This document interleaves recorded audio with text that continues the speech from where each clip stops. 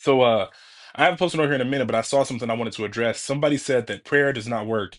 And he said it does not work because he knows pastors who have prayed for God to save their children or save their family members who unfortunately still passed away. But here's the thing. When you pray for God to give you something or for God to do something and it doesn't happen, that doesn't mean that your prayer was unanswered or that God ignored you, right? It just means that his answer was no. And that can be a difficult thing because nobody wants to go through loss. Nobody wants to go through grief and go through any difficult things. I mean, I had my car stolen a few months ago. If I could have prayed it away, I would just, hey, Jesus, please put it back in the driveway, please. No, but on a serious note, like it's like when you were a kid.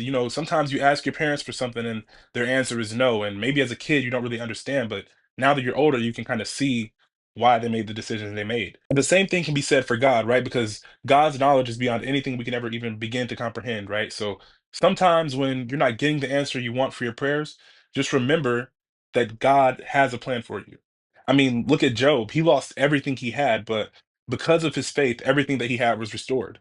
A verse that I like to remember is Romans chapter 8, verse 28. It says, "And we know that all things work together for good to those who love the Lord and to them who are called according to his purpose." But notice how it says all things, right? So not just the good things, but even bad situations, right? God already knows how he's going to spin it in your favor and turn it around. So, sometimes when we're praying and it doesn't look like things are going in our favor, just remember God knows what you need, right? He sees all and he knows all and he has a plan for you. Just keep your faith in him. The moral of the story is that prayer works. We might not always get the result we're hoping for. It might not always look the way that we want it to look.